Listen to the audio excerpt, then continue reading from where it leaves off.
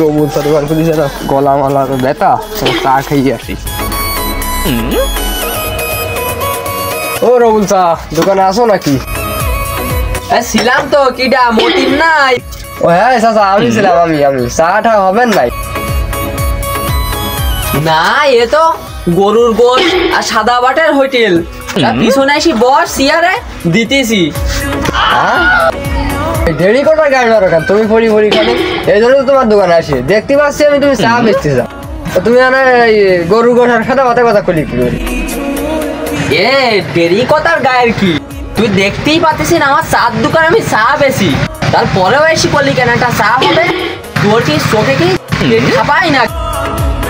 এই দেখো চাচা, তোমার এই দেরি কথার জন্য আমি তোমার দোকানে আসিনি, আমি তোমার দোকানে আর শোনা করো, যাও তুমি যাও তোমার দোকানে।